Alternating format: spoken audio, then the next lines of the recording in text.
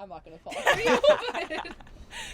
No, I don't know. Tell me a story. Like a funny story. What happened? Okay. It's something that... Oh, you actually want to hear kind of a funny story? Yeah. Like, the people watching this might not necessarily know who you are, like, the Hedroy people might. Could you actually talk about growing up in Zimbabwe a little bit, if you're comfortable? Yeah. So, like, I was born in Zimbabwe, and I lived there for about 8 years, and there is very, very black. Like, the first time I ever saw, like, a white person was, like, when I was, like, 5. So, like, that was so weird for me to see, like, a person who did not have that much, like, melanin. That was, like, the weirdest thing ever.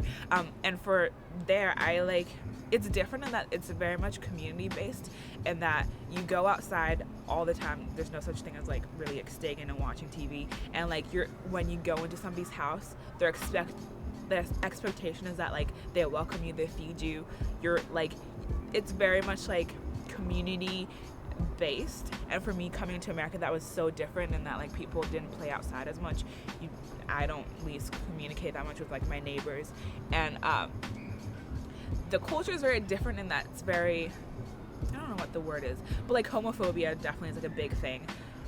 Religion is, like, a really big thing, at least in my family, in that, like, we go to church, like, every single day. And what's interesting, though, like, thinking about, like, the idea of blackness, I think that wasn't, like, a thing, because everyone is black, so there's no need to, like, highlight on that. But then coming to America, I think, like, race then became, like, a big thing when I came here and noticed, like, there's a lot of different cultures and a lot of different, like, identities. How do you identify, and have you always felt comfortable in this identity? Yeah, I think that's actually, like, a really complex, like, question, because I was born in Africa, and I think a lot of times the idea of being black in America is like being African American, in that, like, your ancestors were slaves and, like, they've been here for, like, centuries. Whereas for me, like, with my dad, I'm the first person to come to America. So I think for me, it's kind of hard for me to define myself as an African American, because I know that my story is, like, pretty different from, like, an African American. Even though, like, society would view us the same because we look the same, it's kind of hard to tell who's, like, African and who's, like, African American. Yeah. But I still identify as African American because I'm an American citizen, and there's no, like, term that I've learned that, like, explains me exactly. But I have noticed that there is a difference between me and, like, I guess, like, African Americans who've been here for, like, a long time. I don't go to BSU that often because I feel like sometimes I can't really relate. Like, I grew up in America. I've grown up with, like, my stepmom who's white and my dad who's, like, African. So, like, the law of, like, the lingo and the media, like, references that, like, people in BSU make, I cannot identify at all whatsoever, just because I grew up listening to reggae and my mom is white, so, like, or my stepmom's white, so, like, for me, I just feel like sometimes I don't fit into, like, what it means to be African American, and that, like, the culture and, like, just everything that surrounds being an African American, I feel like I haven't really experienced yet because of how I grew up. And I actually had, like, one person tell me, like, explicitly, like, that I'm brown and that they're black, because, like, to be black in America is, like, African American and I'm African, and, like, it just didn't, that, like, kind of hurt me a little bit, because that's kind of like, we're kind of the same thing if you think about it. It's like, if you think about how people view us, we basically are the same. But I think I understand that there is a difference, that we are pretty different in terms of how we grew up. But then at the same time, there's no one definition of what it means to be black. Just speaking about, like, when I was in America, I came from public school, which was pretty diverse, and that, like, there were a lot more, like, Latino students and, like, a lot more black students and, like, Jewish students. So it's kind of like it was, like, pretty equally distributed in terms of races. And then coming to, like, Hedroy, I noticed that, like, way less. Like, I remember one of my friends, when, like, a new girl came and she was black in 7th grade, and, like, that was, like, a cool thing. We're like, oh my god, we're finally gonna get another black person in, like, our grade. And that was kind of weird, just coming from, like, a place that was really diverse, and then coming to Hedroy where it was, like, less diverse, and also, like, socioeconomically, like, that was such a big difference for me, because I'm from a low income, like, household, and the stereotype, or, like, the assumption at Hedroy is that everyone is pretty wealthy, and, like, I found myself being very embarrassed about, like, where I was from and not wanting to invite friends over, because I knew that, like, my house wasn't, like, the biggest, and it's, like, I don't live in, like, a bad neighborhood, it just wasn't, like, as, I guess, cool as other people's houses, so I felt very insecure about, like, where I lived and, like, where I came from.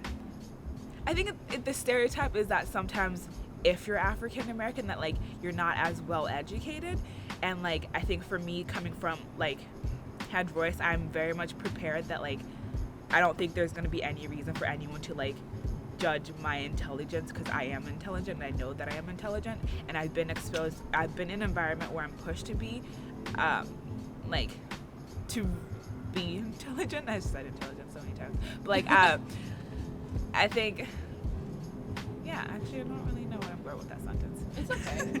I think at one point, though, I think it was middle school and like beginning of high school, I think I was expected to be quote unquote black, because I was called like an Oreo, because like I didn't necessarily speak the way that you're supposed to speak when you're black, which is like not a thing. But that was from the side of like black friends that I had, because I didn't really fit like how they viewed like blackness. But I don't think I've been other than that was like 3 years ago. Yeah. It's interesting because I think most of my friends are not black. Yeah. And so like for me, I do sometimes notice the fact that like I'm the only like person. I'm never really like the minority, because I do have like Asian friends and like one like Latina friend. So I feel like for me, race hasn't been a place where race hasn't been a thing that I'm always like conscious of, and that makes me feel uncomfortable, like because I'm around people that either are like a minority or aren't. Like I have like a diverse group of friends that it doesn't always seem like I'm like the only minority student in a group. I think whenever we talk about race in like classrooms, I remember I think I was like one of 2 black students in history class, and we're talking about slavery, and I feel like whenever we talk about that, some kids feel like really uncomfortable, and they like just unconsciously start looking at us kind of like, oh, we're really sorry, or like I don't know, just like the idea of slavery just automatically makes people feel like they need to kind of like, or they just look at us for some reason. So I think in those moments when we're talking about race, or when we're like have to read books that have the N-word in them, I feel like that's when I'm really feeling like really aware of like my race. Do you feel as though individuals of your race are properly represented at head voice, whether it's through like the literature that we read or like members of our staff? Oh, definitely not members of our staff. Yeah. Like, no, not at all members of our staff. I think we've gotten better in terms of like literature. Like we read Beloved.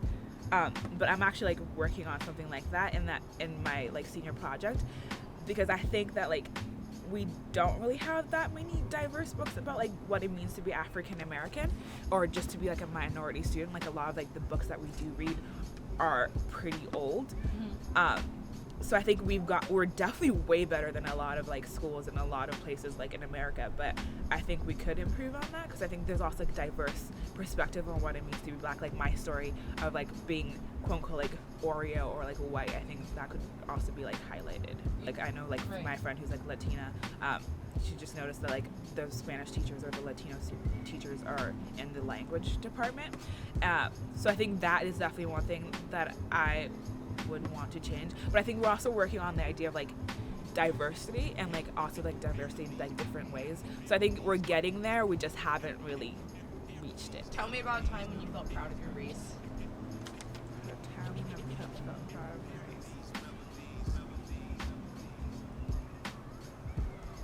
That's like interesting, because like again it goes to the idea of like, do I identify as like African American or like an African who's also an American? Yeah.